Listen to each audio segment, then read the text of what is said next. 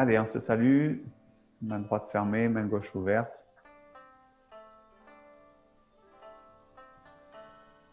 Voilà, écoutez, merci d'être là pour ce premier cours masterclass, j'ai appelé ça fait plus classe, mais bon, voilà, c'est un cours en ligne pour essayer de travailler sur l'approfondissement, on va dire, de notre forme de la Young Family.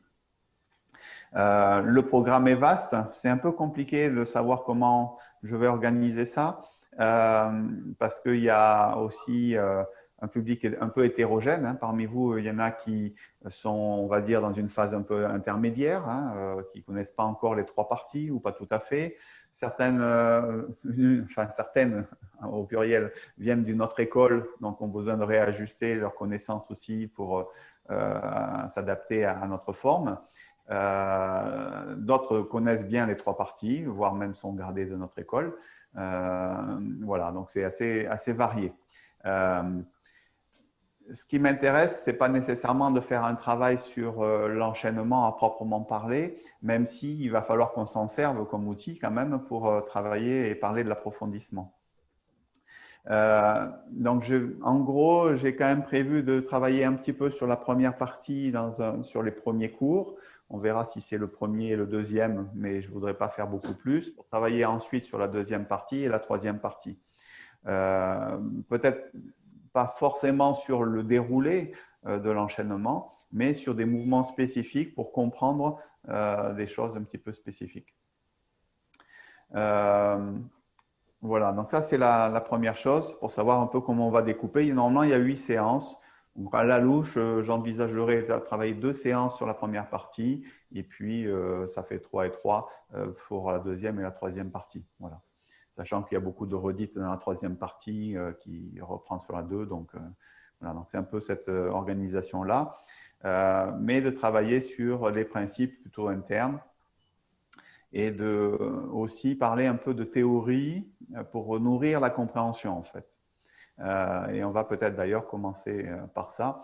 Je vais vous afficher un petit diagramme que je trouve assez intéressant, qui est le fruit des stages avec Maître Yang, notamment réalisés par Cyril, pour ceux qui le connaissent, mais qui correspondait aussi à mes prises de notes. Donc, il y a des choses vraiment intéressantes dans ce schéma pour comprendre aussi un peu comment aborder les choses, comment approfondir les choses. Parce que finalement, la question, c'est quelle est la direction de travail quand on veut approfondir sa pratique. Ce n'est pas si facile que ça. Voilà. Donc, je vais afficher, je vais partager mon écran sur…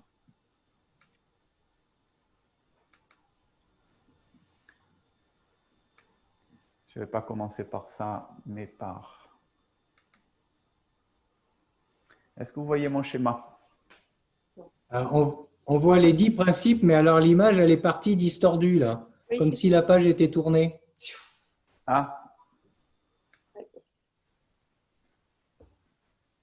Elle a fait une spirale. Ah oui. Et là, oui. Ouais, là, ça vous voyez le schéma? Oui. Oui, d'accord. Alors, ce schéma, il est intéressant parce qu'il situe un petit peu justement les différentes… comment ça se structure un petit peu dans l'école, l'apprentissage du Tai Chi dans notre école. Alors, qu'est-ce que le Tai Chi Chuan? Bon, ça, c'est assez basique, je pense que vous savez tous. C'est un art martial, mais c'était aussi une discipline pour la santé. Donc, il y a toujours cette double direction, hein, cette relation un peu yin-yang déjà. Hein. Donc, il y a un aspect dynamique, un aspect martial, traditionnel, et il y a aussi un aspect qui permet de développer la santé. Ensuite, ce qui m'intéressait de vous faire comprendre, c'est qu'il y a 3 étapes dans la pratique pour évoluer dans la pratique, dans sa pratique. La première étape, c'est se familiariser avec les mouvements. Ça veut dire apprendre son enchaînement, tout simplement. Donc, ce n'est pas tellement l'objet de ces stages avec vous en ligne, parce que se familiariser, d'abord, on n'a pas forcément la place qu'il faut et les moyens techniques pour le faire correctement. Donc, c'est quelque chose qui vous incombe plus. Donc, ceux qui ont besoin de se familiariser un peu plus avec l'enchaînement de la famille Yang d'une part, ou aussi avec l'enchaînement que vous ne connaissez pas, que vous ne connaissez encore pas suffisamment bien, c'est le boulot qui vous reste à faire en dehors de nos rencontres. Voilà. Il faudra peut-être le structurer pour que ça soit bien, ça soit progressif, hein, de manière à ne pas partir dans tous les sens. Donc ça, c'est la première étape. La deuxième étape, c'est la relation, c'est comprendre l'énergie. Là, il y a marqué sentir l'énergie dans une relation yin-yang. Donc, c'est comprendre, je trouve, c'est peut-être un terme qui va mieux. Comprendre l'énergie. Qu'est-ce que l'énergie tai chi quand on est dans la pratique? Et donc là, on a déjà une étape un peu différente de se familiariser avec les mouvements. C'est-à-dire connaître les mouvements, c'est une première étape. Mais quand je connais ma forme, je n'ai pas fini de travailler. Je viens de commencer à travailler en réalité. C'est-à-dire que je suis dans la porte d'entrée et j'ai franchi le seuil de la porte. Ça y est, je peux commencer à travailler et donc d'aller me concentrer un peu plus sur l'idée de la compréhension de l'énergie. Et puis, le troisième volet, c'est ce qui touche à l'esprit, au travail de l'esprit, pour avoir l'esprit clair. Et là, donc, il y a aussi dans les principes des choses qui nous orientent dans ce travail-là. Et les principes, justement, c'est un peu le liant avec tout ça, c'est-à-dire les 10 principes de Yang Shen Fu nous donnent une direction justement pour appréhender à la fois le travail du corps, donc se familiariser avec les mouvements, à la fois le travail de l'énergie, pour comprendre ce que c'est l'énergie tai chi, et aussi la relation avec l'esprit, pour que l'esprit soit calme, détendu et surtout comment dire, apte à réagir si on se place sur un point de vue martial. Dans le combat, il faut que l'esprit soit clair. Hein, et il ne faut pas qu'on s'attache à un détail, mais qu'on soit dans la compréhension de la globalité de ce qui est en train de se passer pour avoir l'esprit vigilant, attentif et qui pourra réagir et interagir avec l'environnement et notamment l'adversaire. Voilà. Et donc, l'idée d'avoir l'esprit clair, c'est d'avoir l'esprit calme. Donc, voilà un peu les trois, comment dire, étapes dans lesquelles on se situe. Alors, en réalité, c'est un peu perméable tout ça. Ce n'est pas tout à fait aussi, comment dire, linéaire dans l'apprentissage. Ce n'est pas d'abord se familiariser, puis connaître l'énergie ou comprendre l'énergie dans un deuxième temps. Tout ça, ça se mélange un petit peu parce que quand vous apprenez la forme, peut-être que vous connaissez bien la première partie et que vous ne connaissez pas bien la troisième partie et que vous pouvez commencer à comprendre l'énergie dans la première partie et peut-être pas encore dans la troisième. Voilà, donc c'est bien sûr pas aussi segmenté que ça. Voilà, et donc c'est tout l'intérêt d'ailleurs hein, d'être familiarisé avec la première partie qui est quand même le socle de base de l'apprentissage de la forme. Sans cette première partie, finalement, ça pose toutes les bases. Donc, c'est vraiment très important de la mettre en place correctement. Voilà. Je n'irai pas plus loin sur les sous-chapitres en dessous. Je ne veux pas vous détailler le tableau, sinon on va y passer trop de temps. Mais je voulais poser cette idée des trois étapes dans la pratique qui va vous permettre vous-même de vous situer, de dire, bon, mais voilà où moi je me situe. Est-ce que je suis plutôt en train de me familiariser avec mes mouvements? Est-ce que je peux commencer à m'intéresser à l'idée d'appréhender la notion d'énergie tai chi? Et puis, comment ça se passe au niveau de mon esprit? Bon, voilà, tout ça, c'est un petit peu relié, bien sûr. Donc, tout ça pour parler ensuite des 10 principes. Je vais a priori fermer ça. OK. Je repartage. Je ne sais pas si je vais pouvoir.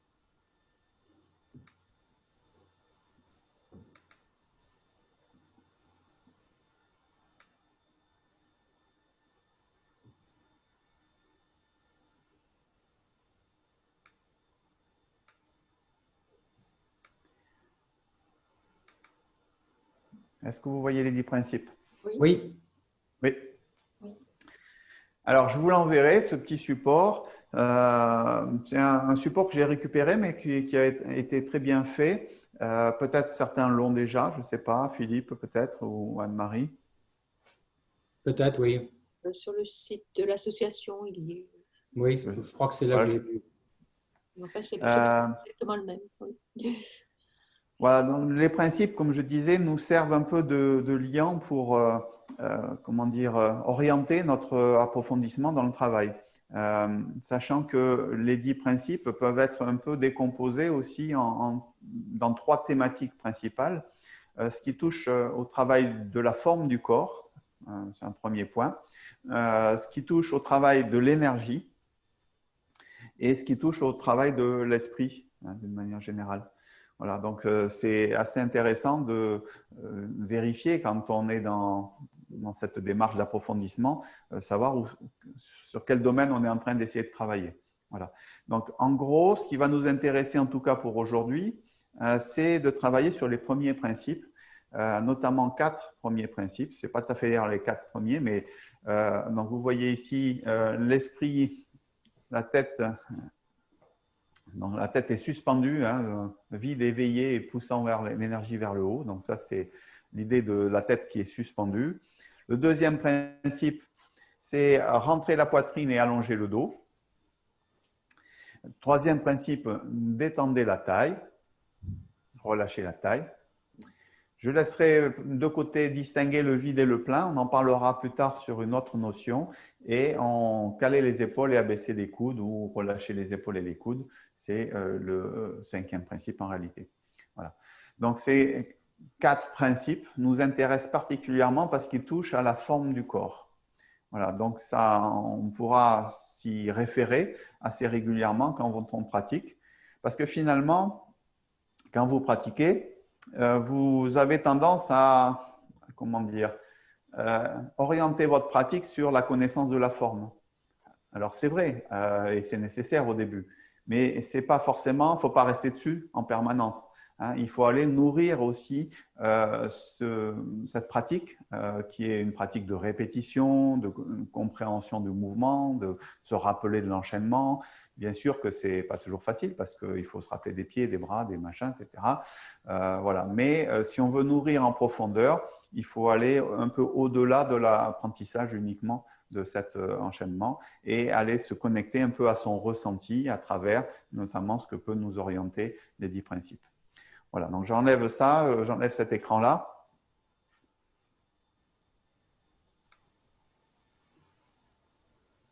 Vous m'avez en écran principal là, Oui. sur votre écran? Oui. D'accord. Comme moi j'ai mis une mosaïque, je ne savais pas si j'allais avoir. OK. Alors, je vous propose, on va démarrer un petit peu de pratique. On va faire quelques exercices de santé pour démarrer ensemble. On va faire pas trop long, justement, pour pas que l'échauffement prenne trop de temps. De toute façon, on ne bouge pas énormément, donc ce n'est pas très important. Donc, les pieds sont joints. On va séparer pied gauche doucement. Et on va faire ensemble les 3 premiers exercices de santé. Donc, le premier qui est tout simple, correspond à l'ouverture de la forme. Lâchez bien un peu vos genoux, poussez sur les jambes, montez les bras jusqu'à la hauteur des épaules et relâchez.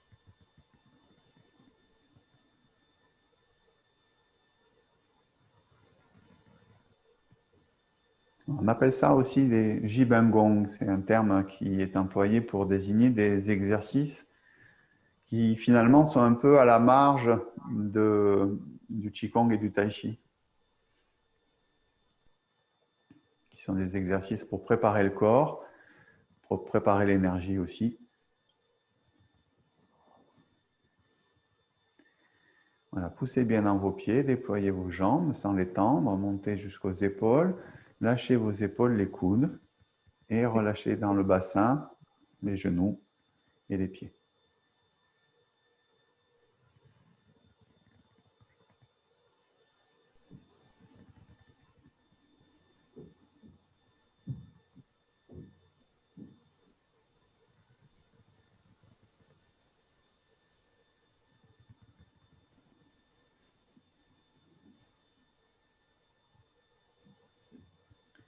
Ok, on relâche.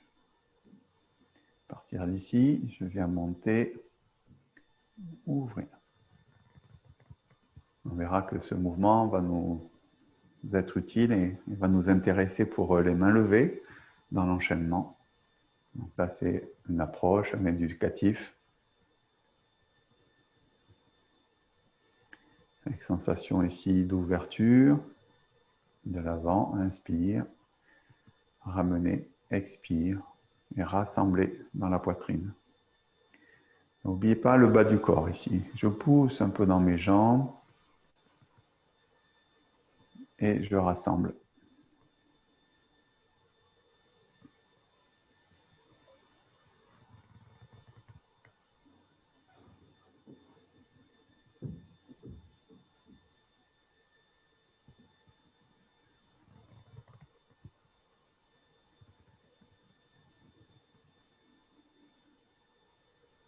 Relâche vers le bas. Un peu comme la fermeture, enfin l'ouverture. Troisième mouvement. Ceux qui étaient au stage d'été peut-être se rappellent. Ici, regardez la lune.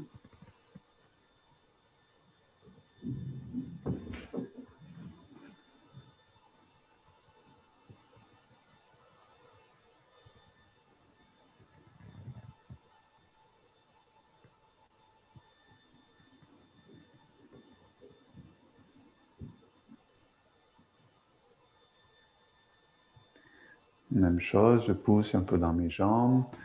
Le regard s'élève un petit peu. J'ouvre le cou. Et je redescends bien en relâchant les épaules, diaphragme, bassin, genoux, pieds. C'est un mouvement, un grand classique du Qigong.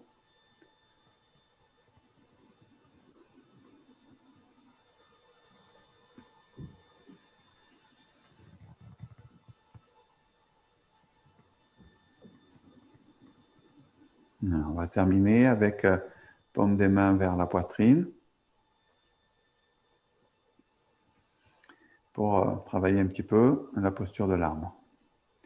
Posture de l'arbre qui est une posture qui nous est assez utile pour la pratique. C'est très fréquemment que Maître Yang, en début de cours, nous fait pratiquer un petit peu quelques minutes la posture de l'arbre pour à la fois renforcer le corps, trouver le relâchement, ou en tout cas aller à la recherche du relâchement. Donc essayez de sentir si le dos est un peu ouvert, comme si les coudes participaient à l'ouverture un peu des omoplates. C'est juste le début là, de sensation, c'est-à-dire on sent les coudes qui vont un peu vers l'avant et qui vont ouvrir légèrement les omoplates. Du coup, la poitrine est légèrement fondue. On essaie de relâcher, d'enlever tous les efforts qui ne sont pas utiles. Certes, il faut rester dans la posture, mais peut-être qu'il y a trop d'intention musculaire. Enlever tout ce qui n'est pas utile. Donc, notamment détendre les épaules, relâcher les coudes. Vérifier comment est le bas du dos. Est-ce qu'il est relâché? Est-ce que le sacrum glisse doucement vers le bas? Est-ce que les genoux sont déverrouillés? Comment est le poids dans mes pieds? Pas trop sur les orteils, pas trop sur les talons, mais plutôt ancré dans la source jaillissante.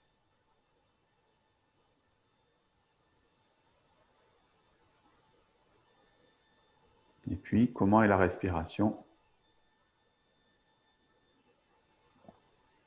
Est-ce que je peux respirer confortablement avec le ventre?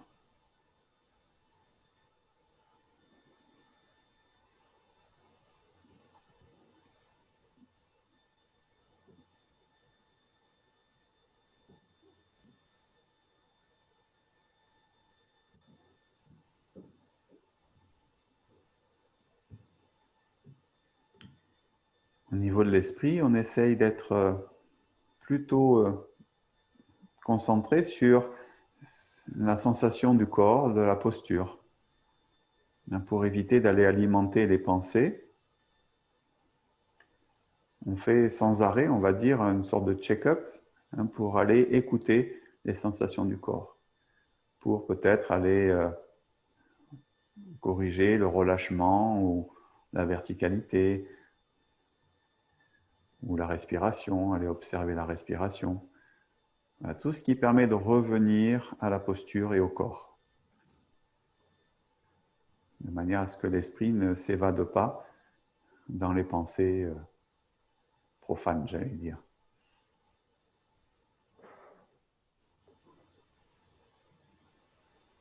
Voilà, tout doucement, on relâche. On va ramener les mains sur l'abdomen.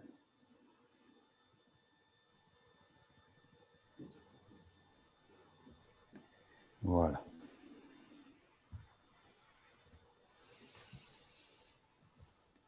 Voilà, ne négligez pas ce travail de pratique statique. Ça fait partie intégrante aussi du système.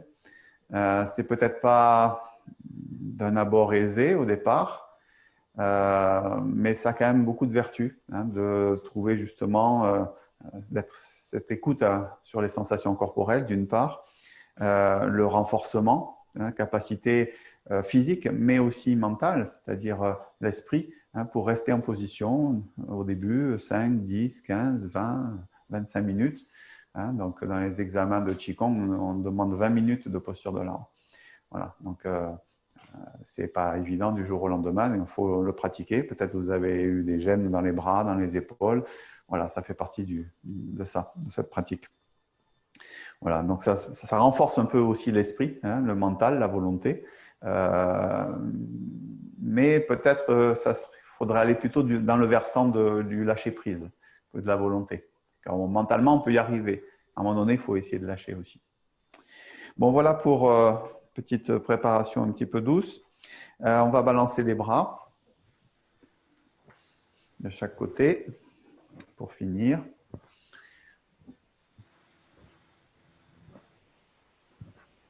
N'oubliez pas, donc à part Armel qui a coupé son micro, mais vous pouvez laisser vos micros ouverts s'il n'y a pas trop de bruit autour de vous, ce qui permet d'avoir peut-être quelque chose d'un petit peu plus interactif. Comme ça, si en cours de route, vous avez des questions par rapport à ce que j'exprime, n'hésitez pas à poser vos questions, à interrompre.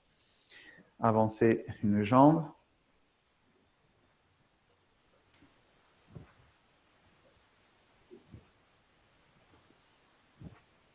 Changer de jambe.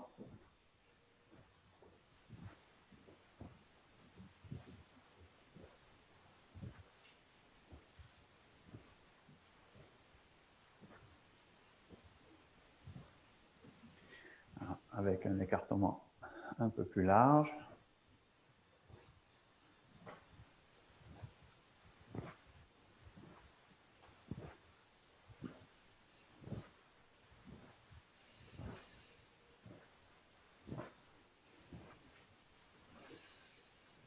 OK. Alors, comme j'ai peur que l'enregistrement, je ne sais pas si l'enregistrement sera sur ma vidéo ou sur moi ce que j'ai. Alors, bon, je vais quand même repasser sur mon mode plein écran parce que je ne voudrais pas que ceux qui vont voir la vidéo après n'aient que la mosaïque. Alors, donc, on va travailler aujourd'hui sur la première partie de l'enchaînement et parler d'un sujet qui est l'idée de unifier le corps. Unifier le corps dans ses différentes composantes. Et pour unifier le corps, il faut décomposer en fait en plusieurs étapes, en plusieurs secteurs du corps pour arriver à faire cette unification. Le premier secteur qui nous intéresse, c'est l'ancrage et l'enracinement. Donc, ça nous parle beaucoup des pas. Donc, avec le pas de l'arc, qui est le pas le plus classique, celui qu'on utilise quand même beaucoup, et le pas vide aussi. Donc, les deux pas principaux, puisqu'après, il y a aussi les pas sur un pied, qui ne sont pas des pas, mais qui sont des postures de jambes, sur les coups de pied, par exemple. Donc, on va parler un petit peu de la manière de transférer le poids pour aller chercher la notion d'ancrage, de vide et de plein, de stockage et de restitution. Donc ça, c'est sur le pas de l'arc. Donc normalement, le pas de l'arc, vous connaissez les requis, les prérequis du pas de l'arc. Le pas doit être largeur des épaules à peu près, c'est-à-dire si j'ai mes deux pieds largeur d'épaule, je recule en gardant cet espace-là et j'ai mon pas. Donc, c'est bien sûr une garde. Hein, c'est comme une garde dans les arts martiaux. Donc, l'idée, c'est d'être stable. Donc, il faut être stable. C'est pour ça qu'on a cette largeur. Le poids du corps majoritairement sur la jambe de devant, le pied avant dans la direction du déplacement, le pied arrière à 45 degrés. Ça, c'est déjà la partie basse du corps.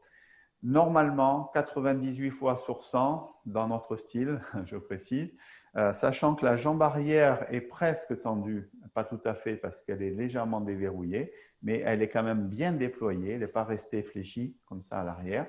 Donc, comme notre style a la jambe derrière bien déployée, le corps est légèrement incliné. Si vous regardez la ligne de mon dos avec ma jambe ici, ça forme une diagonale ici, hein, et je ne reste pas droit. Vous voyez, très souvent, par exemple, hein, on peut trouver ce genre de posture dans le brossé de genou.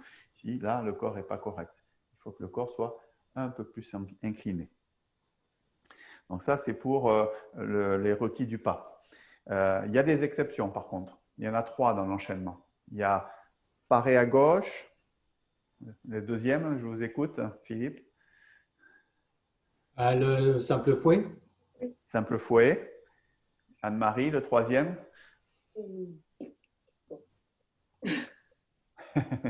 Je fais des interros des fois comme ça.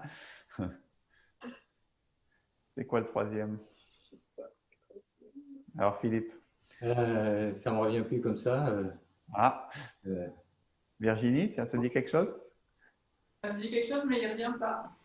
Ça ne revient pas. Déployer l'éventail. Ah oui, c'est ça. Ouais. D'accord. Déployer l'éventail, simple fouet, paré à gauche. Oui. D'accord.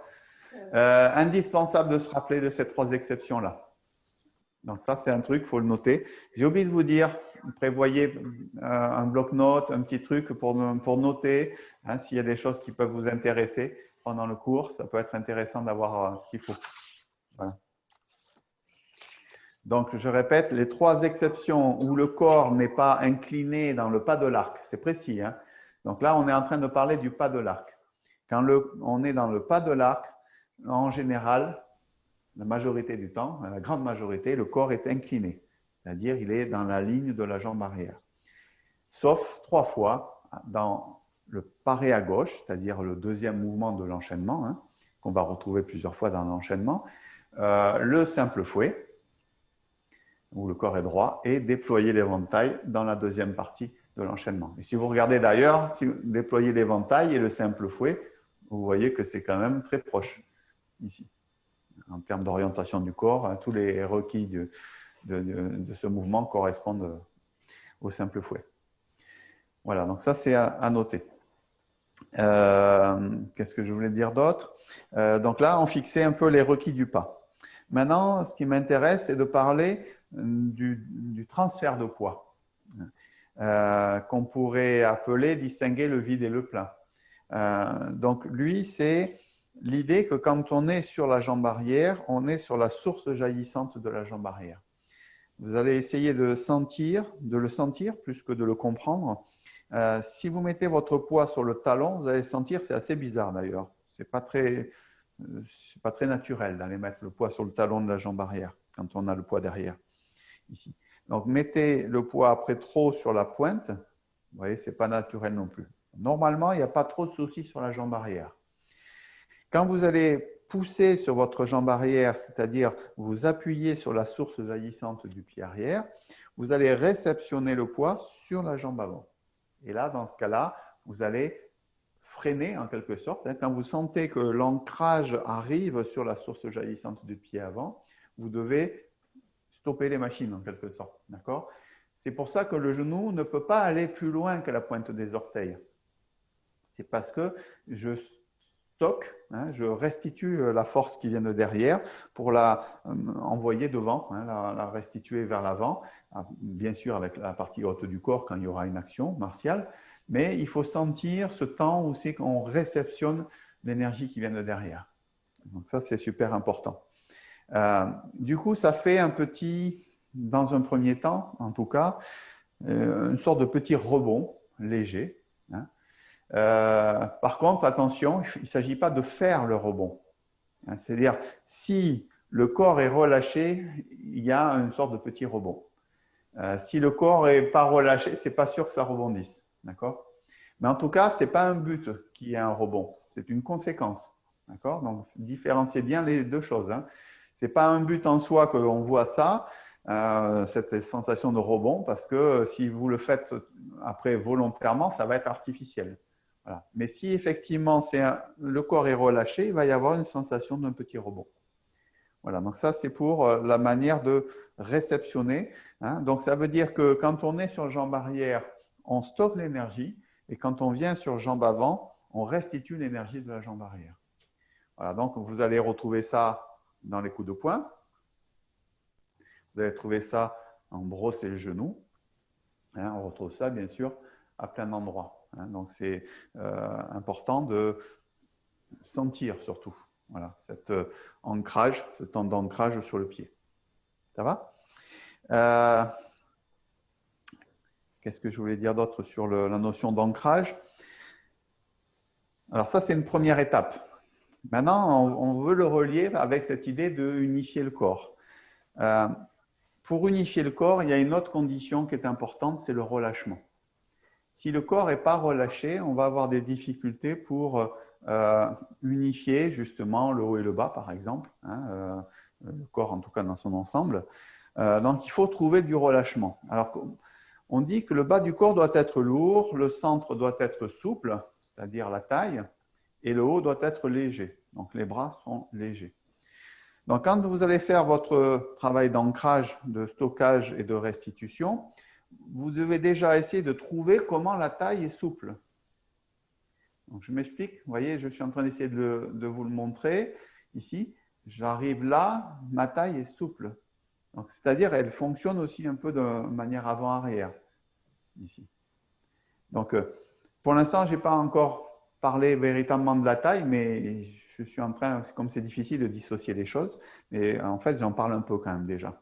En tout cas, vous voyez, je stocke et je restitue, et le centre du corps doit être souple. Donc, vous devez sentir que justement, cet effet un peu de rebond que le corps a ici quand on arrive, c'est aussi lié à la souplesse et au relâchement de la taille. D'accord? Et là, je suis en train, ça y est, de partir dans le chapitre de la taille. Donc, quand on dit relâcher la taille, c'est aussi lié à ça, hein, dans cette compréhension-là. Je stocke, je restitue, et comme la taille est relâchée, voilà, il se passe que c'est souple au niveau de la taille. Et comme le bras est souple et relâché, hein, l'action va aller jusqu'au bout de l'action martiale, c'est-à-dire l'énergie va aller jusqu'au bout parce qu'elle est passée par les pieds, l'idée de stocker l'énergie par les pieds, de faire remonter par les jambes, de guider par la taille parce qu'elle est relâchée, et ensuite d'arriver jusqu'aux extrémités. Donc voilà l'idée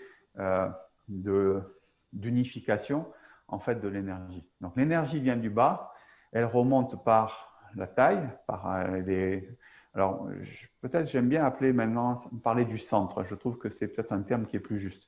Donc on capte par les pieds, on va le guider par le centre du corps pour aller vers les extrémités au final, quel que soit le mouvement qu'on va utiliser. Voilà. Et si je suis sur d'autres mouvements, hein, c'est la même chose.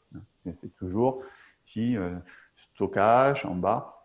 Voilà, donc dans vos directions de travail, vous pourrez peut-être aller essayer dans votre forme ou dans des passages de la forme, d'aller bien chercher cette sensation à la fois d'ancrage, de relâchement de la taille et de coordination après avec le haut du corps.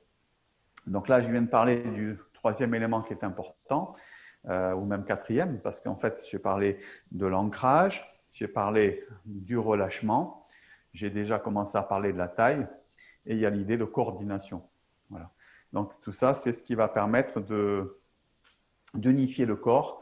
S'il y a ces quatre éléments sont présents, vous allez pouvoir à ce moment-là unifier. Donc il y a la coordination, c'est que ça fonctionne ensemble. Alors on dit aussi, on parle aussi en rapport avec l'esprit, c'est-à-dire l'esprit, c'est le général, c'est lui qui décide. L'énergie, c'est un petit peu le drapeau, ça donne la direction où c'est qu'on doit aller. Hein, donc, c'est l'énergie qui remonte, en l'occurrence. Et les troupes, c'est le corps. Hein, les troupes, elles exécutent, elles font le job. C'est le corps qui fait le travail. Donc, il y a cette comment dire, interdépendance entre ces trois éléments pour unifier le corps, puisque c'est ce qu'on cherche à faire. Hein, l'objectif, c'est unifier. Voilà. Donc, maintenant, on va essayer de le mettre en évidence un peu dans la première partie, en décomposant la première partie en 4 parties. C'est-à-dire, on va faire des séquences plutôt que de trop séparer. Ça va peut-être aller un petit peu vite, mais bon, vous êtes censé normalement connaître votre première partie, donc je ne pense pas qu'il y ait besoin de s'attarder beaucoup sur les mouvements, mais peut-être que ça va vous permettre d'avoir une vision quand même un petit peu différente de vos mouvements grâce à cette recherche sur l'unification. Alors, à partir de l'ouverture, premier mouvement.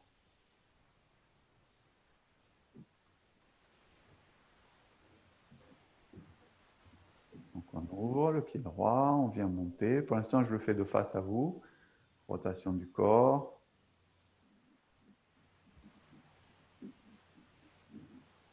Revenir. Peut-être que vous allez être gêné, donc vous allez être dans le même sens que moi. Ouvrir. Je déroule la séquence que j'appelle la première partie de la première partie. Qui est une séquence qui normalement ne représente pas trop de problèmes. Alors, dans cette séquence-là, il y a plusieurs éléments. On a parlé tout à l'heure de l'ancrage. Donc, n'oubliez pas, quand vous cherchez à déposer votre pied, d'aller bien chercher à vous asseoir sur votre jambe d'appui pour déposer le talon. Mais ne pensez jamais, je pose mon pied, sinon vous allez tomber dessus. Normalement, à votre niveau, ça n'arrive pas. Hein, donc, mais bon, on ne sait jamais. Je le reprécise quand même, on ne sait jamais. Donc, essayez de bien descendre sur votre jambe d'appui, écartez le pas pour que vous ayez votre largeur, et ensuite transférer pour arriver sur votre pied gauche en enracinant votre pied gauche, c'est-à-dire en sentant le temps où vous avez réceptionné l'énergie qui vient du pied arrière. Donc, quand vous posez votre pied, l'énergie sur votre jambe arrière, quand vous caressez la queue de l'oiseau, vous devez arriver sur votre ancrage au niveau de votre pied gauche. Ce qui est peut-être plus difficile, c'est pour la coordination. Hein, là aussi, pour les débutants, c'est très flagrant. J'espère que pour vous, c'est un peu plus réglé. Mais vérifiez quand même si, quand on fait le transfert de poids vers l'avant, si quand mon mouvement est terminé en bas, si le mouvement est terminé en haut aussi. Parce que des fois, il se passe ça. Bien sûr, j'exagère un peu. Hein, c'est-à-dire, vous voyez, vous arrivez sur votre ancrage, et puis après, on voit le mouvement de bras. Donc, il faut essayer de faire en sorte que tout arrive ensemble. Ça arrive ensemble là, donc avec cette sensation. Des fois, j'insiste un peu là-dessus parce que finalement, des fois, vous voyez, ça fait une sensation un peu de… Parce que sous prétexte que le tai chi est une pratique douce, etc., des fois, vous avez un pas qui arrive et qui est un peu glissant, c'est-à-dire c'est détendu, c'est cool, voilà. Et il n'y a pas cette sensation justement d'arriver. Alors, il ne s'agit pas de trop le marquer. Là, on est dans une phase d'étude. Hein, on essaye de mettre un peu le doigt dessus, hein, mais voilà, ce n'est pas quelque chose qui fait… puis là, vous voyez, mon genou, déjà, il est trop fléchi. Donc, il faut que ça arrive en coordination entre le haut et le bas. Voilà. Donc, essayez de le faire un peu, quelques mouvements pour vous, tout seul, pendant que je parle.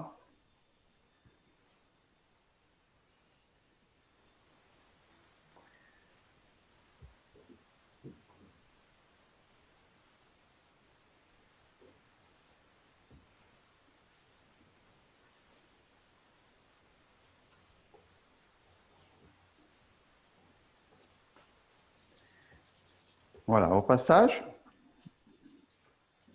je parle un petit peu du début. Là aussi, j'ai vu parfois chez des personnes qui ont un peu de pratique déjà, voire même un peu beaucoup, des petits soucis sur la compréhension de ce mouvement.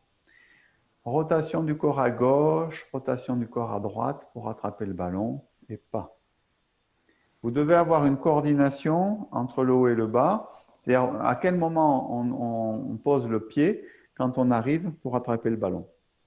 Donc, vous ne pouvez pas, hein, pour un débutant, on peut le laisser comme ça. Hein, c'est-à-dire des fois, en débutant, on voit attraper le ballon et ensuite faire le pas. Donc là, vous faites une interruption dans la continuité de votre mouvement et dans la continuité de l'énergie, puisqu'on est en train de parler d'énergie. Donc, le bras monte, je tourne ma taille un peu. Donc, c'est tout mon travail de taille ici se met en œuvre un peu à gauche pour revenir à droite et pas. Et après, coordination pour arriver dans mon mouvement. Ça va? Vous pouvez papoter, hein, n'hésitez pas hein, si vous avez des choses à dire. Armel, tu as toujours ton micro coupé, par contre, si tu as envie, tu peux le remettre. Oui, d'accord, pas de souci. Après, si tu as besoin de le couper, il n'y a pas de souci. Voilà. Ensuite, le retour sur jambe droite, il n'y a pas de choses particulières, si ce n'est que de sentir bien votre ancrage sur votre source jaillissante du pied droit. Des fois, vous n'allez pas assez loin. Vous faites un petit truc, hop, aller-retour pour revenir. Donc, allez bien vous asseoir sur votre source jaillissante du pied droit. Et maintenant, avec la rotation de la taille vers la gauche, ici, du corps, vous allez aussi tourner vos mains. Il y a la rotation des bras. Et à la fin du mouvement, c'est-à-dire quand j'ai fini d'attraper le ballon, mon pied se pose aussi. Et après, offrir le bouquet de fleurs que vous connaissez. Donc, je rappelle pour les postures spécifiques de notre style, hein, la main est au milieu de l'avant-bras, légèrement en contrebas. Pensez bien que le bras est refermé aussi. Ouvrez bien donc, le dos à l'arrière pour fondre la poitrine. Ça, c'est pour la fin de cette position-là. J'ai une question au sujet donc, de attraper le ballon. Est-ce que la main droite, qui est déjà en bas, est-ce qu'elle fait un petit cercle complémentaire d'élargissement avant de venir attraper le ballon, ou est-ce qu'elle va en direct de la position basse à sous le coude de gauche? Je vais… ça m'intéresserait d'avoir la réponse ou l'avis d'autres personnes. Si vous avez un avis, Anne-Marie ou Virginie ou Armel, c'est peut-être un peu tôt encore pour avoir ce genre de réponse. Parce que dans l'élan du mouvement, on sentirait qu'on pourrait faire un petit cercle qui irait… à partir d'ici, hein, c'est ça que tu veux dire. Hein, quand je suis là, que j'ai fait ça, c'est ça. C'est savoir si ma main droite, enfin celle-là, là, si elle y va en si direct, elle vient direct là, voilà. ou si elle fait un petit cercle à écarter pour… voilà. Moi, c'est le geste que je pratique et je ne sais pas si il est juste. Bon, alors si c'est ça que tu pratiques, tout va bien. Très bien, merci. OK. Donc, c'est intéressant de préciser ça parce que ça veut dire, là aussi, c'est une histoire de niveau. C'est-à-dire, quand on débute, ben, on peut faire ça, puis on va faire ça direct. Bon. Pour débuter, ça va. Hein, quelqu'un qui démarre, la forme, on va pas trop… Parce que si on donne trop d'infos, ça tue l'info. Hein, donc, mais effectivement, ce qui nous intéresse, c'est de travailler avec la taille. Donc, ça veut dire que ma taille va tourner un tout petit peu à droite pour revenir ensuite vers la gauche. Parce que ce travail de taille va nous permettre de trouver la continuité dans mon mouvement. D'accord? Donc, quand j'arrive, bon, je suis arrivé dans mon mouvement précédent, je reviens ici. Et là, ma taille tourne parce que ma taille tourne à droite parce que ça permet de fermer mon pied gauche. Sinon, je ne peux pas fermer mon pied gauche. Donc, c'est bien ma taille qui va tourner à droite. Mon bras droit va suivre et va aller chercher une sorte de petite boucle, petite, hein, pour revenir ensuite pour attraper le ballon. C'est ça. Mais ce n'est pas un grand cercle non plus. Ah, vas-y Armel, je n'ai pas entendu. C'est qu'il n'y a pas de mouvement de bras, c'est le bras qui est entraîné par la taille, c'est ça? Oui, c'est plus ça. Alors après, je ne sais pas, il y a peut-être un pourcentage de bras un petit peu, il y a peut-être du 20% de bras, quoi. Oui, mais il n'y a pas de volonté de bouger le bras, en fait, il est entraîné par le mouvement de bras. Pas véritablement, c'est plutôt parce que le corps fait un mouvement ici. Alors, le bras, lui, il va avoir une action plutôt en termes de relâchement de la main flex. La main est flex. Je reviens ici, c'est plus le mouvement du bras, c'est lâcher le poignet. Lâcher le poignet, aller chercher le cercle. Et ce n'est pas un grand cercle non plus. Ce n'est pas un grand cercle non plus. Parce que là, du coup, si on fait un grand cercle, ça devient ostentatoire un peu comme mouvement. Oui. Voilà. Alors, c'est dans la subtilité. C'est ça qui est difficile aussi. C'est-à-dire qu'à la fois, il faut qu'on puisse le voir qu'il est dedans, mais en même temps, si vous le montrez trop, ça devient trop caricatural, en quelque sorte. Voilà, donc c'est assez subtil. Donc, c'est sur ce passage-là. 1, 2, 3. Et après, offrir le bouquet de fleurs. OK. Bon, après offrir le bouquet de fleurs, on a Peng Lu Jian. Donc, ça, c'est Peng. Pareil. Lu. Donc, tirer en enroulant. C'est ce mouvement-là. Alors, le Lu aussi, il n'est pas toujours très bien compris. Soit on travaille la taille en droite-gauche, mais ce n'est pas forcément ce qui nous intéresse le plus. C'est-à-dire, déjà, il faut quand même comprendre que le bras va vers l'arrière grâce à la rotation de la taille. C'est pareil, ce n'est pas un mouvement de bras en soi. Alors là aussi, il y a un pourcentage de mouvement de bras et un pourcentage de mouvement de la taille. Mais on va dire que c'est majoritairement un mouvement de la taille avec, bien sûr, le déplacement des bras. Voilà. Donc, je peux le faire voir de face, peut-être. Ici, rotation de la taille et rotation des bras. Vérifiez bien les requis aussi précis des transitions, de ces passages un peu, où la main gauche est dirigée vers la clavicule droite, les doigts sont dirigés vers le milieu de l'avant-bras, et pas trop près du bras, et pas trop loin non plus. N'oubliez pas d'ouvrir les aisselles pour ne pas avoir le coude contre le corps. Et la main droite est redressée pratiquement verticale. Il faut éviter de tendre le bras et d'avoir le coude relâché et l'épaule relâchée. Voilà. Mais on a quand même cette idée qui vient de l'aspect martial, de pousser et de tirer un petit peu. Il y a quand même cette sensation-là. La main droite pousse sur le coude, la main gauche tire sur le poignet. Voilà l'idée de ce mouvement. Okay. Donc, à travers ce mouvement de taille qui va aller vers la droite, essayez de trouver aussi quelque chose qui crée du volume, c'est-à-dire quelque chose qui est du domaine qui descend. Je l'exagère un peu trop. Vous voyez ce que je veux dire? Alors, légère montée, légère descente. Si je devais dessiner, vous voyez un petit peu, là aussi, on a une boucle. Donc, ce n'est pas droite, gauche, ça c'est un peu schématique. Ici, c'est droite en montant, gauche en descendant. Bah, subtil aussi. On est là pour ça.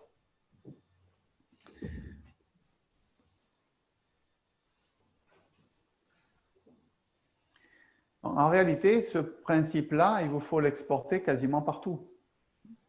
Donc, du coup, on est quand même maintenant un peu obligé de commencer à reparler du travail de la taille. Donc, avec les éducatifs classiques, donc les premiers, on ne va pas tous les faire, mais le premier éducatif classique, c'est rotation droite-gauche.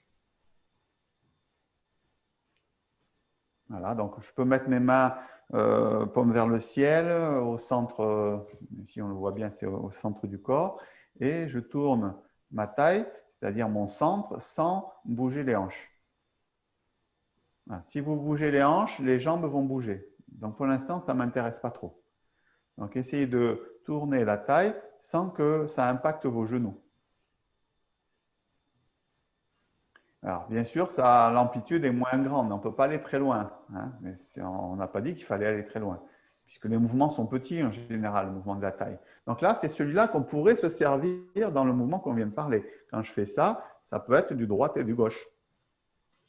D'accord? Donc, voilà, de manière premier niveau, on va dire. D'accord? Deuxième niveau, ça va être plutôt du 8. Voilà. Mais premier niveau d'accessibilité, on va dire, de compréhension, c'est au moins trouver que quand je pars à droite ici, c'est un mouvement de taille vers la droite, et le retour, c'est un mouvement de taille vers la gauche. Ensuite, on a le mouvement un peu latéral. C'est un mouvement aussi où les épaules restent sur le plan horizontal et c'est le corps qui se décale en quelque sorte. Je ne sais pas trop comment expliquer ça mécaniquement. C'est une translation ici, sans changer le poids du corps. Le poids du corps ne change pas de pied. Je suis toujours au centre, mais j'ai une translation horizontale. Sans utiliser les épaules. Des fois, on monte une épaule, on descend une épaule. On reste sur un plan horizontal. Voilà. Exemple, simple fouet. Vous voyez ce mouvement? Il exagère, bien sûr. Tac, simple fouet. Vous voyez, et là, je ne fais pas exprès, je ne fais pas de transfert de poids. C'est-à-dire, je ne fais pas. Je suis déjà au centre de mon corps. C'est pour voir comment la taille est souple et comment mon mouvement de taille participe à mon intention martiale de mon bras gauche. Voilà. Et donc là, on est dans le même schéma que cet éducatif-là. Voilà. C'est assez important de relier bien les éducatifs à certains mouvements de la forme. De dire, bon, mais ok, c'est un éducatif, mais on s'en sert comment et on s'en sert quand? Voilà, c'est ça qui est parfois un peu flou. On voit les éducatifs, puis on ne les relie pas forcément à la forme. Donc, c'est ce que je me suis aperçu, moi, dans les cours. Donc, essayer de bien relier. Donc, là, l'exemple, c'est ça. C'est ce mouvement-là, du simple fouet. Alors, encore une fois, il est petit. Il ne s'agit pas de me faire… On voit un truc comme ça, en plus si la tête n'est pas tenue, d'accord, ça ne va pas bien. Mais voilà, c'est quand même dedans. Vous devez sentir que c'est le centre qui dirige votre mouvement et qui participe à la frappe, à l'impact martial aussi dans les applications. OK. Troisième éducatif, c'est le latéral droite-gauche avec les coordinations des mains. Là, ici, première méthode, c'est la plus simple, c'est quand le corps tourne d'un côté, là pour moi ici vers la droite, mes mains tournent vers la droite. Quand mon corps tourne vers la gauche, mes mains tournent vers la gauche. Voilà, ça, c'est la première méthode. Bon, c'est déjà intéressant de bien l'apercevoir, pouvoir l'intégrer. Pareil, toujours, pas de mouvement des hanches. C'est uniquement… Mes mains ne se décollent pas, je n'essaie pas de les envoyer vers l'avant, vers l'arrière. Elles restent de leur poids naturel. Simplement, je pars avec une main devant, une main vers l'arrière. Et ensuite… Donc, à quel moment j'ai ce mouvement-là dans la forme? Qu'est-ce que ça peut vous rappeler?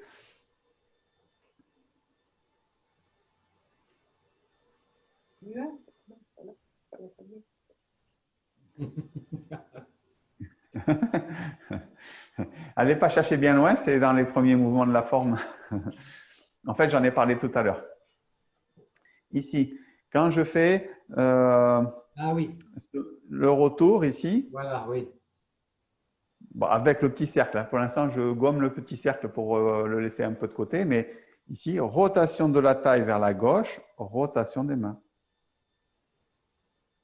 Oui. Une rotation ici. Voilà. J'avais la main ici. Voilà. Après, ça reste un éducatif, donc ce n'est pas tout à fait la même chose, mais c'est le même principe en tout cas. C'est-à-dire que quand la taille tourne, les mains tournent. Donc, il y a une mécanique. Il faut presque imaginer comme des… comment on appelle ça? Je ne trouve plus le terme. Des petits trucs qui s'imbriquent là. Les Rubik's Cube? Pardon, les Rubik's Cube? Non? Le Tetris? Non, pas tout à fait. Dans la mécanique, là, tu sais, des trucs ronds avec des petites dents là. Les engrenages. Les engrenages, voilà. Ah. Donc ici, vous voyez, il y a comme un engrenage ici entre ce qui se passe avec la taille et ce qui se passe avec les mains et les bras, puisque c'est une rotation aussi, c'est une pronation, supination, d'un point de vue anatomique. Donc, pronation, supination, suivant le bras qui est concerné. Donc, essayez de trouver ça. Hein. Et quand on est ici, dans ce qu'on vient de faire, on parlait du LU, ici, Oui. rotation de la taille, rotation des mains. Ma taille tourne vers la droite, mes mains tournent dans le même sens. Donc c'est pareil, c'est pour comprendre que ce n'est pas possible, par exemple, de faire, par exemple, ça, puis de faire ça après. Vous voyez, les débutants, ils vont tourner, par exemple. Si déjà ils tournent avec la taille, je suis content. Donc, ils tournent avec la taille, puis après, il y a les mains qui tournent, qui pivotent. Et parfois très tard, c'est-à-dire le pivot de la main se fait pratiquement à la fin et on voit comme une marionnette presque. Voilà. Donc, en réalité, c'est une rotation qui est progressive des mains parce que la rotation de la taille est progressive.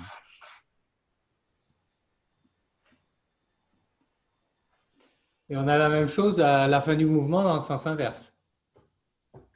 À la fin du mouvement dans le sens inverse, ici, oui. Oui. Donc, c'est à ce moment-là, c'est ça que tu veux dire? Oui. Oui. Un peu différemment peut-être. On est un peu moins sur des rotations comme ça. Hein, on a quelque chose qui est relié, effectivement. Mais ce n'est pas tout à fait la même façon, à mon sens. Mais voilà, je comprends en tout cas. Et après, le presser, le pousser. Donc, voilà quelques exercices de taille que vous pouvez travailler. Et surtout, je n'ai pas encore parlé du 8, mais on en parlera plus tard. Mais c'est déjà d'intégrer cela, c'est déjà pas mal si vous les retrouvez dans la forme. C'est-à-dire, voilà, je fais un mouvement. De toute façon, des mouvements de taille, il y en a partout. Donc, plus ou moins discrets ou plus ou moins évidents, mais ils sont partout. Et donc, s'il y a des mouvements de main avec, ben, posez-vous la question, c'est quelle méthode de la taille? Est-ce que c'est la méthode latérale? Est-ce que c'est la méthode droite-gauche? Et puis plus tard, peut-être déjà, si vous sentez qu'il y a du 8, hein, ça peut aussi vous dire, bon, de toute façon, il y a trois mouvements. C'est le mouvement horizontal, vertical, parce qu'il y a aussi ce mouvement-là, par exemple, vertical, et il y a combiné. Et donc, le 8, c'est un combiné. Voilà. Donc, de toute façon, il y a 3 types de mouvements de taille. Ça aussi, ça peut être à bien le clarifier dans votre tête. Hein, c'est le cercle horizontal, le cercle vertical, ici, comme ça ou comme ça, par exemple. Hein, quand je suis en train de faire un poussé, hein, il y a plutôt une sensation de cercle vertical dans un sens ou dans l'autre, suivant le mouvement. Et puis, un mouvement qui combine les deux. Voilà. Et avec ça, on a tous les mouvements de taille. OK. Donc, je parlais d'offrir le bouquet de fleurs. Donc, on tire vers l'arrière, on ramène. Et justement, ici, on va retrouver à la fois ce qu'on a parlé tout à l'heure, c'est-à-dire stocker sur la jambe arrière et restituer sur la jambe avant, et la taille qui est souple, et avec presque du cercle, presque un cercle. Alors, je l'exagère un peu, il ne faudra pas le faire comme ça après. Hein. Mais ici, vous voyez ce qui se passe sur le pressé. Et après, je renvoie, c'est presque dans l'autre sens. Ici, c'est presque ici, comme ça, hop, pour aller pousser. Voilà. Donc, on est aussi dans le travail de la taille. Voilà. Personnellement, moi, je trouve ça plus difficile, ce type de cercle-là. Dans ce sens-là, ça va, mais je trouve plus difficile dans ce sens-là, c'est-à-dire vers l'arrière, plutôt comme ça, quand le cercle est comme ça. Pas facile de relâcher, je trouve. Voilà. Ok, donc ça, c'est pour la première partie de ma première partie. Donc, vous étiez dans cette direction-là. Au final, vous finissez sur le poussé. À partir d'ici, on a le simple fouet. Et là, vous devez sentir comment la taille tracte les bras. Donc, on est sur un travail droite-gauche, comme tout à l'heure. Simplement, on a rajouté le travail des bras en plus. Je ne suis même pas obligé de le faire très formel comme dans le simple fouet, hein, mais du moment que je sois un peu sur un plan horizontal, ce que vous devez sentir, c'est comment le centre fait circuler les bras. Puisqu'on a dit que les bras sont souples et relâchés. Et après, on peut interrompre si ça vient du centre. Hein, voilà. Pour l'instant, ce n'est pas très important, mais voilà, les bras sont souples et relâchés. et c'est la taille qui amène les bras. Dans le simple fouet, c'est super évident. Et parfois, vous êtes un peu trop dans, je vous montre, vous êtes un peu comme ça. Ça ne vit pas du centre. Vous voyez? Donc, il faut essayer de sentir comment ça tracte du centre. Après, c'est toute la difficulté d'être dans la lenteur et d'être dans ses perceptions aussi. Parce que des fois, la lenteur peut finalement vous compliquer un peu la vie sur les sensations que vous pouvez avoir, pour le temps de le mettre en place. Donc peut-être ça peut être pas mal d'exagérer un petit peu par du dynamique ici, pour aller sentir que ce mouvement, c'est dans la dynamique du centre du corps qui vient après dans les bras. Et mes bras, ils sont souples. Je ne ferme même pas ma main crochet. Puis après, je fais mon truc. Puis après, je travaille ma taille dans ce mouvement-là pour voir un petit peu comment ça se relie tout ça. Donc là, si je prends le simple fouet, voilà, ça donne 1, 2, et puis après, tac. Mais je raisonne mon mouvement par le centre du corps et pas par les bras. Les bras suivent. OK. Donc là, on est sur le simple fouet. Même chose, toujours cette sensation. Comme on veut unifier, il faut que le bas soit clair, soit lourd, donc mon ancrage soit solide, que mes pas soient corrects, mes déplacements aussi, mes rotations, mes transferts de poids. J'amène ici, comme ma taille tourne, ça fait fermer mon pied. Après, j'amène bien mon poids sur ma jambe droite, je décale mon pied, je pose, j'ancre et j'enracine à l'arrivée, pour mon simple fouet. Les mains levées. Je repars un peu à l'arrière, je ferme mon pied gauche, je reviens de face. Essayez d'équilibrer vos bras. Parfois, vous avez un bras qui est un peu comme ça, l'autre un peu comme ça. Essayez d'avoir quelque chose d'assez harmonieux au niveau de vos bras. Et il va y avoir un mouvement, comme dans l'éducatif de santé tout à l'heure, ici d'ouverture, c'est-à-dire léger écartement, poser talon et fermeture. Donc, si on le refait tout à l'heure par rapport à l'exercice de santé, ici, qui était plutôt comme ça, en sensation au niveau du corps, c'est un peu ce qui se passe dans les omoplates et dans la poitrine, sans trop gonfler la poitrine. Donc, il y a cette sensation d'ouvrir, poser le pied, refermer. Il y a toujours le dépôt du pied avant de faire l'action martiale. Donc, on ne peut pas être en l'air en même temps qu'on ferme les bras. Il faut que le pied se pose un tout petit peu avant pour ensuite finir les mains levées, ici, dans votre forme. Ça nous permet de parler du pas vide, puisque ici, c'est le premier pas vide dans l'enchaînement. Très souvent, vous avez tendance à avoir un pas vide qui est trop petit. C'est-à-dire, vous voyez, par exemple, là, je fais un pas vide comme ça. Bon, pour un papy de 80 ans, je dirais que tout va bien. Mais si vous n'avez pas 80 ans, c'est un peu insuffisant. Donc, essayez d'aller chercher un pas. Regardez la différence entre mon pas de l'arc. Ici, ça c'est mon pas de l'arc. Donc, j'ai fait un pas un petit peu grand quand même. Ici. Et mon pas vide. On ne voit peut-être pas très bien dans la vidéo, mais si vous regardez je vais me mettre par exemple sur la ligne du carrelage ici. Voilà mon pas de l'arc. Ça veut dire que ce pied-là, il est sur la ligne de mon carrelage. Ici. Mon pas vide. Je n'ai pas ramené mon pied vers moi. On n'a fait que se déplacer d'un point de vue de l'écartement. Ce qui va me permettre, au niveau ancrage, d'être toujours bien assis sur ma jambe arrière, mais en même temps de pousser un petit peu sur ma jambe avant, parce que mon pas est suffisamment grand. Quand mon pas n'est pas assez grand, je ne peux pas aller chercher cet ancrage sur la jambe avant. Et pourtant, on dit qu'il y a combien de pourcents sur la jambe avant dans le pas vide? 30%. 30%. Donc, on les met où ces 30% si j'ai le pied qui est trop près de l'autre? Vous ne pouvez pas. Vous vous retrouvez avec 80% derrière ou 90% derrière. Donc, il vous faut agrandir ce pas plus long de manière à vous asseoir et en même temps presser sur la source jaillissante. Et quand vous allez avoir votre mouvement ici, je pose mon pied, c'est avec le talon, pardon, ici, et j'ai ma posture. Voilà. Mais j'ai, vous voyez, l'écartement qui me permet d'aller mettre mes 30%. Voilà. Alors ça, c'est un défaut assez fréquent, même sur les personnes qui ont un peu d'expérience.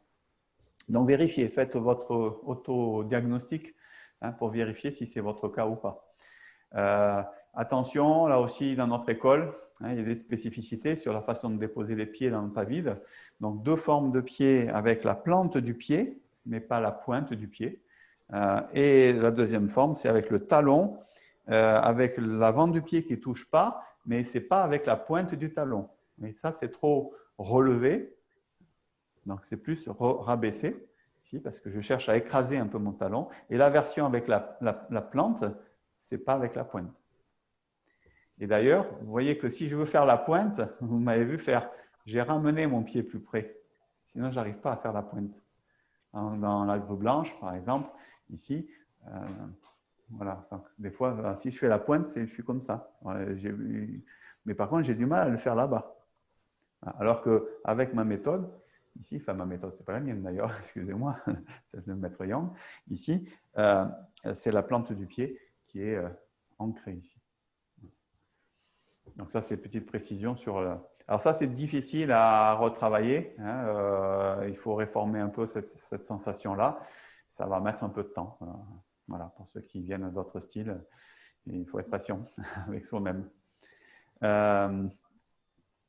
Donc voilà pour le pas vide. Donc le pas vide, il est de part et d'autre de la même ligne.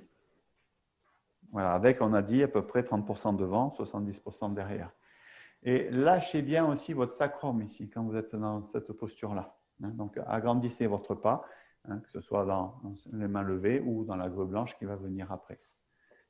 Voilà. Ok, donc ça, j'ai fait une petite aparté sur les pas. Donc, on est où? On est sur les mains levées. Donc, dans votre sens, ça se passe comme ça. Donc, je tire vers le bas. Je soulève le pied droit. Je pose mon pied droit. J'attrape le ballon et la grue blanche. Voilà. Agrandissez votre pas du pied gauche pour être dans les 30% ici devant. Lâchez bien le sacrum derrière. Gardez la tête suspendue, premier principe. Voilà. Et fondre la poitrine pour ne pas ouvrir la poitrine. OK. Voilà, donc ça, c'est ce que j'appelle un peu la deuxième partie de la première partie. La première partie, c'était jusqu'au poussé. La deuxième partie, c'est le simple fouet, les mains levées et la grue blanche. Voilà. Puis, on arrive sur les brossés de genoux. Alors, mouvement finalement pas aussi simple qu'on pourrait le penser parce qu'il demande beaucoup de coordination et pas mal de travail de taille aussi. Donc, on y retrouve tous les éléments qu'on a parlé tout à l'heure, à la fois la notion d'ancrage sur les pas, la notion de souplesse de la taille et de coordination avec le haut et le bas du corps. Donc, on a un peu, ça fait un peu la synthèse. Donc, il y a beaucoup d'éléments intéressants dans ce mouvement. Donc, à partir de la grue blanche, vous êtes comment vous? Comme ça. Donc, on relâche le bras droit, le bras gauche monte. Et avec la rotation de la taille, donc là aussi, vous devez sentir que c'est la taille qui tourne vers la droite pour aller préparer les bras dans la position. Mon regard, il va tourner vers la main droite. En fait, ce n'est pas mon regard. Je vais le faire dans l'autre sens. Ici, descend. C'est mon corps qui tourne. Comme ça tourne d'ici, ça me permet de regarder ma main droite. Puisque normalement, le regard est sur la main droite. Voilà. Mais pensez pas à votre regard, pensez à la rotation du corps. Parce que sinon, vous allez regarder avec le coin de l'œil. C'est-à-dire que vous allez faire un mouvement comme ça. Si vous ne tournez pas votre corps, vous allez regarder la main, mais avec le coin de l'œil. On dit qu'il faut que l'œil soit en face des trous. C'est-à-dire que c'est votre corps qui tourne, ici, de manière à ce que le regard soit assez naturellement, directement sur la main droite. Puis, donc, je pose mon pied en écartant pour trouver mon ancrage. sur le talon et ensuite je vais dérouler le poids pour aller presser. Et là, comme tout à l'heure, on essaie de sentir le moment où on arrive sur l'ancrage.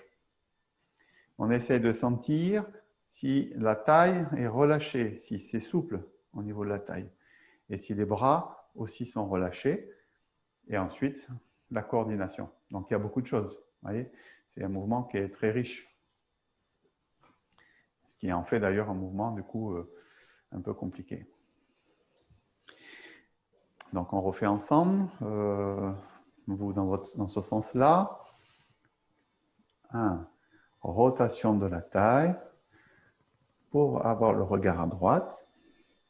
J'ouvre, je transfère un petit peu mon poids. Puis ensuite, ici, je viens pousser. Là, je trouve le temps d'arriver. OK. Ça va? Comment ça se passe? Et le buste est incliné à l'arrivée. Hein. Alors, que nous dit la méthode? On l'a donné tout à l'heure. Dans le pas de l'arc, sauf 3 exceptions, le buste est incliné. Je le réimprime. Voilà, c'est ça. Okay. Là aussi, pensez bien que souvent, c'est plus intéressant d'apprendre les méthodes que d'apprendre les mouvements. Hein, c'est-à-dire parfois, si vous vous rappelez d'éléments qui touchent à la méthode, vous allez pouvoir l'exporter dans plein de mouvements différents. Hein, et finalement, les mouvements sont peut-être nouveaux, mais les méthodes sont les mêmes. Voilà, donc c'est très cohérent de ce point de vue-là. Donc c'est vraiment intéressant de s'attacher à la méthode. Donc ça, c'est une méthode, c'est le buste incliné, c'est lié au pas de l'arc. Voilà. Donc ça, c'est une méthode. OK. Des choses particulières à dire sur le brosser le genou? Non, tout va bien. Travaillez-le parfois peut-être un peu en dynamique, ce mouvement, justement pour trouver l'association de la coordination au bas, hein, liée à l'ancrage, liée au relâchement de la taille et liée à la frappe. Donc, travaillez-le en dynamique. On peut le travailler en statique, comme ça, c'est-à-dire, vous voyez, les 2 pieds sur le même plan, ici, juste pour sentir déjà comment on connecte la taille avec la frappe de la main droite. Ici. Alors, c'est mieux de garder la bouche ouverte avec une expiration. Hein, Maître Yang, en plus, donne même un son différent presque sur l'expiration du mouvement. Quand les mouvements sont plutôt lents, c'est plutôt vers le ha que ça va. Hein, c'est plutôt un ha. Vous voyez l'idée, hein? Pour travailler ce qu'on appelle les fadjing, c'est-à-dire les sorties d'énergie. Quand ce sont des mouvements plus courts, c'est plus, je ne me rappelle plus exactement, mais c'est plus HUN, run, un truc comme ça. Donc, ce n'est pas la même chose, parce que le mouvement, il est plus court. Bon, ça, c'est un petit détail. Hein, je vous le redirai, je le retrouverai d'ailleurs pour l'expression du son quand le mouvement est court. Mais ici, c'est un mouvement ha, plutôt ha. Mais ce n'est pas un ha avec la bouche, avec la gorge.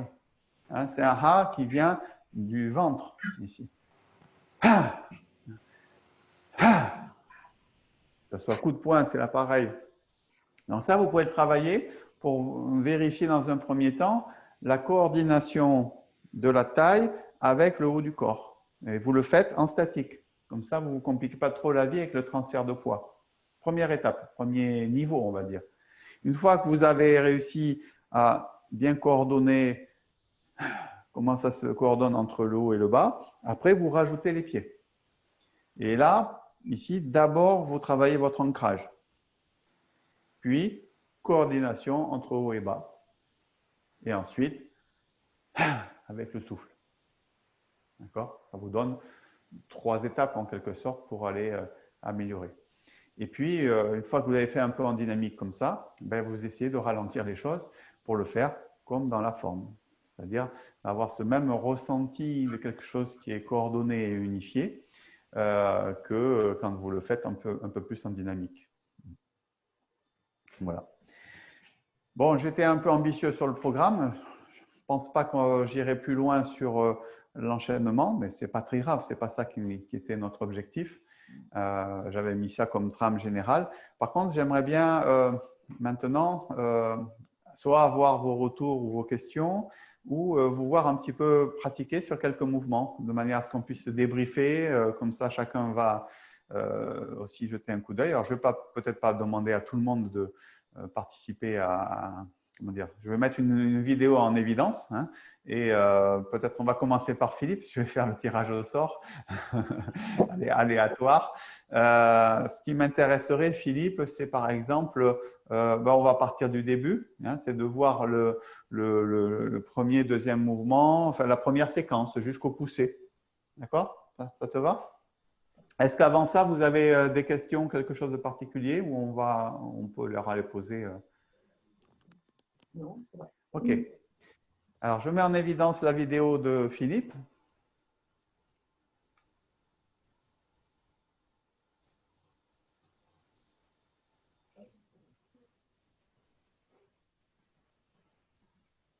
Vous voyez la vidéo de Philippe là? Non. Non, moi je vois toujours toi. Ah non, Ah. là c'est Ah, Armel. ça y est, on voit. Là c'est Armel. Ah bon? Bon, c'est toi que je vois, Philippe. Ah bon, et moi je vois Armel. En fait, c'est celui qui parle qu'on voit. D'accord. Voilà. Alors je vais me taire. Peut-être couper les micros, dans ces cas-là, ça sera… Là, je vois Non, Philippe mais je tout le temps. Là je me Voilà, vois mais- Philippe là. Ouais, Ouais. mais c'est ce que je fais. Parce que là, je t'ai mis en évidence. Voilà, c'est ça. OK. Alors, vas-y, fais-nous le début de la première partie jusqu'au poussé, en fait. Décale-toi dans la bonne direction pour qu'on puisse voir le poussé. Allez, c'est parti. Les autres, vous avez un job aussi, hein, c'est de regarder et de faire de la lecture de mouvement pour voir si ça vous paraît intéressant ce qu'il est en train de faire.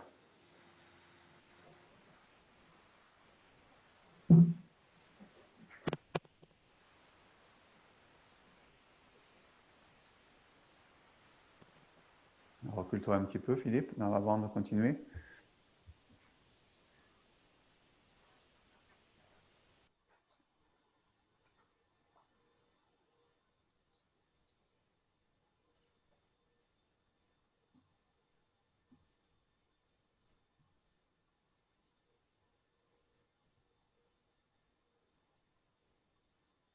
Ah, c'est bon, pas plus, pas plus loin. OK.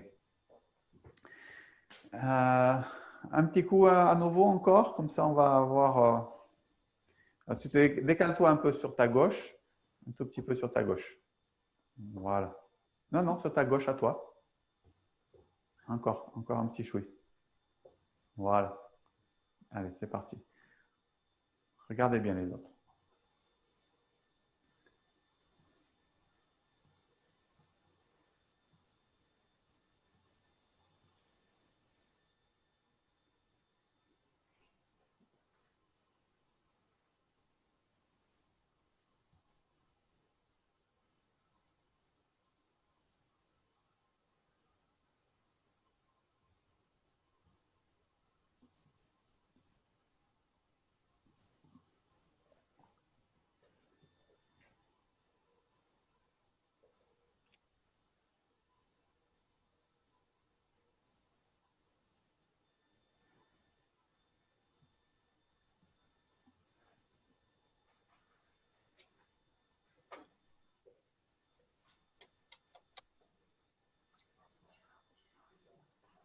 OK, c'est bon, Philippe, merci.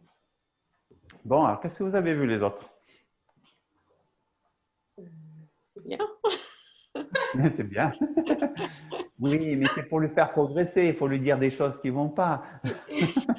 Alors moi, je ne dirais pas que ça va pas, hein, parce que Moi non plus, hein, moi non plus. avec toute l'humilité qui va avec, c'est juste par deux fois, j'ai eu l'impression que les bras arrivaient avant les pieds, que tu déclenchais le mouvement suivant. Sur celui-là, peut-être? Non. Oui. En fait, les pieds arrivaient, tu poses le pied après que les bras aient fini leur mouvement, en fait. Enfin, c'est ce que tu disais, qu'il fallait que ça arrive en même temps et que ça reparte en Ouais. même temps. Donc là, on a eu un peu l'impression que sur le deuxième mouvement, que tu arrivais un tout petit chouille avant. Ce n'était pas très net parce qu'on ne voyait pas très bien le bas du corps, mais on a l'impression que ça arrivait un tout petit peu avant et que tu étais un peu obligé d'ailleurs un peu de glisser sur ton genou là pour finir ça. Bon, ce n'était pas flagrant. Par contre, il y a un truc qui m'a intéressé, c'est en plus juste au début, donc c'est ça qui m'intéresse aussi. Juste après donc, la fin du premier mouvement, ici, quand je monte ici, il me manque un peu le gauche et le droite. Je te fais voir comment tu as fait. Tu étais là, ici, et après, tu fais quoi? Tu fais ça. Tu vois? C'est-à-dire que ton bras gauche, il part direct pour attraper le ballon. Donc, ce qui m'intéresserait, c'est d'essayer de trouver ce léger mouvement un peu à gauche qui permet de lâcher ma main gauche vers le bas. Tu vois, elle passe en paré. Et ensuite, rotation du corps vers la droite. Et c'est parce que le corps vient à droite que mon bras gauche vient à droite. Pour après coordonner avec le pas. Ici.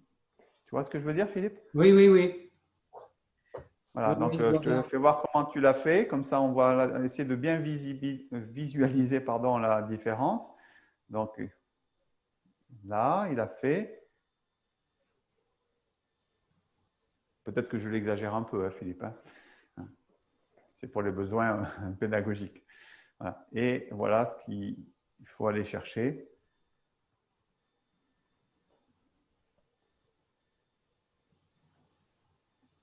Donc, tout à l'heure, Philippe, tu m'as parlé m'as posé une question qui était intéressante.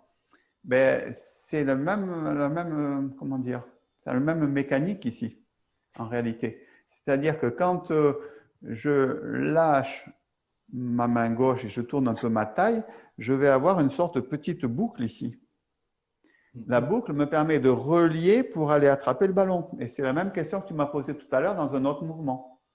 Ah, oui. Donc, il n'y a pas de raison que ça soit différent. Tu vois ce que je veux dire? Oui, oui. Hein, donc ici, tourner un peu la taille, relâcher la main, petite boucle pour attraper le ballon et venir. Ça veut dire que ce qui m'intéresse dans ce mouvement, c'est que quand vous attrapez le ballon, ce n'est pas le bras gauche qui part direct. C'est encore une fois, c'est la taille. Mais il faut aussi que la taille aille un peu à gauche pour revenir à droite. Sinon, je ne peux pas trouver la boucle. Hein, donc, il y a un léger mouvement de boucle à gauche pour revenir à droite. Alors, attention, hein, le problème, c'est que des fois, quand je précise des choses, après, vous en faites trop. Après, il faudra peut-être trouver le juste milieu. Hein. C'est pour ça que je dis petite rotation à gauche, petite rotation à droite, pour comprendre qu'on est en train de travailler, on est en train de parler du travail de la taille. Donc, c'est-à-dire la rotation gauche-droite, hein, pour faire le lien entre la taille et les bras. Voilà, ça c'était intéressant pour ça. Voilà. Donc, on va prendre que ça te concernant pour ne pas te harceler. Ça ira très bien. Mais puis, globalement, ça se passait bien de toute façon. OK. Anne-Marie, est-ce que tu peux nous faire voir du poussé simple fouet, par exemple, et jusqu'à la grue blanche? Alors, on en était où là? Alors, attends, bouge pas, je mets la vidéo. Vous l'avez sur votre écran, Anne-Marie? Oui. Oui, c'est bon. OK, alors vas-y, tu peux être fini. Va jusqu'au poussé, par exemple. Fini, si tu veux faire.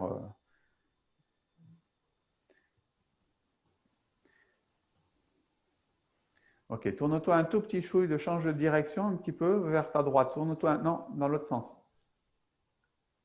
Voilà, quand tu es en latéral. OK, vas-y.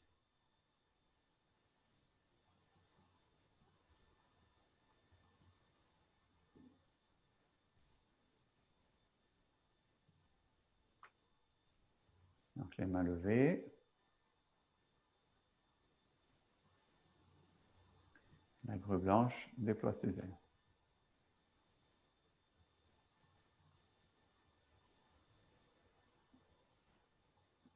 OK, allez, une deuxième fois, parce que comme ça, deuxième fois, tu seras plus à l'aise.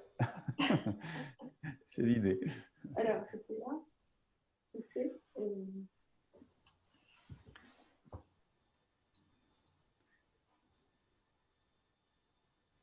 Allez, c'est parti. Simple fouet.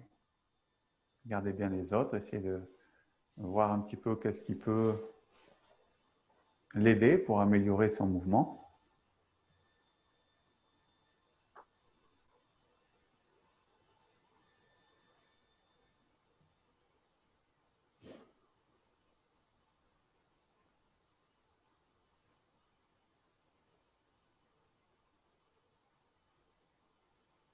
Ok.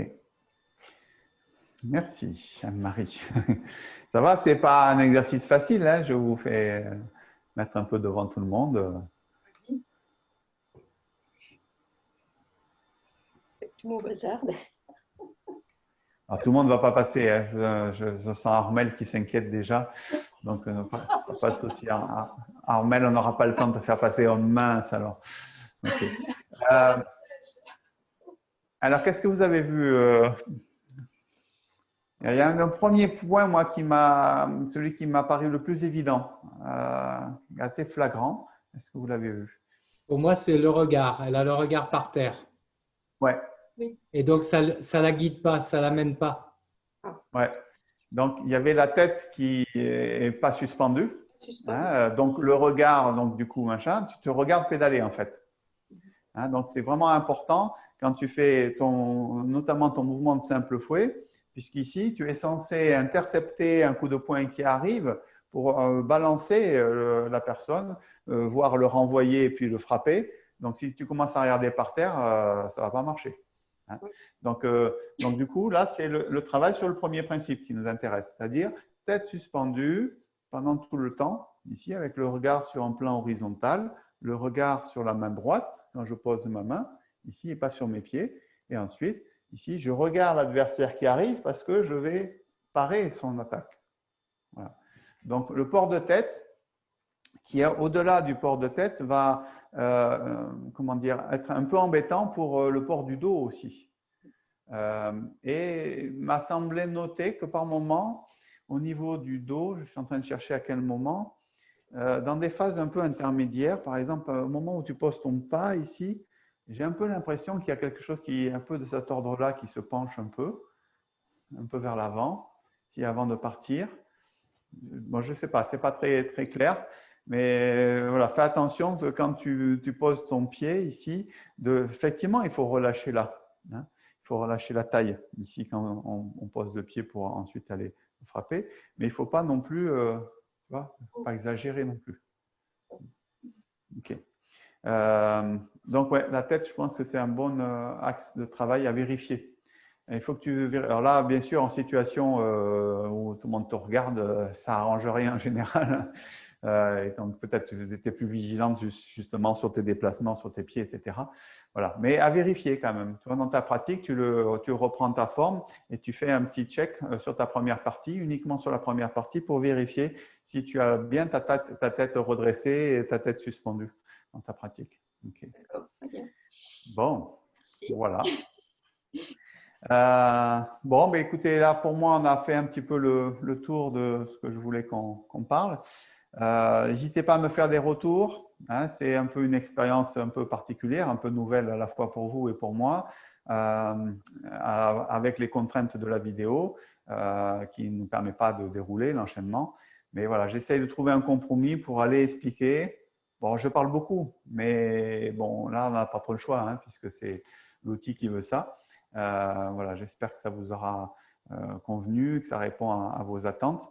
Et puis, on va essayer de continuer comme ça, à travailler de la même manière, tout en avançant un peu dans la forme, dans l'enchaînement. Comme ça vous fait aussi un petit support technique après pour la pratique qu'on parlait tout à l'heure, c'est-à-dire se familiariser avec les mouvements. Voilà. OK. Est-ce qu'il y a des questions, des petites choses à dire pour finir? Est-ce qu'éventuellement, tu peux t'envoyer une vidéo avec Christine de ce qu'on a fait jusqu'à présent? Oui, pas de souci. En fait, on est effectivement allé jusqu'à la grue blanche. On a commencé un petit peu brosser le genou, mais voilà, on est à peu près là. Ouais, D'accord, ben, pas de souci.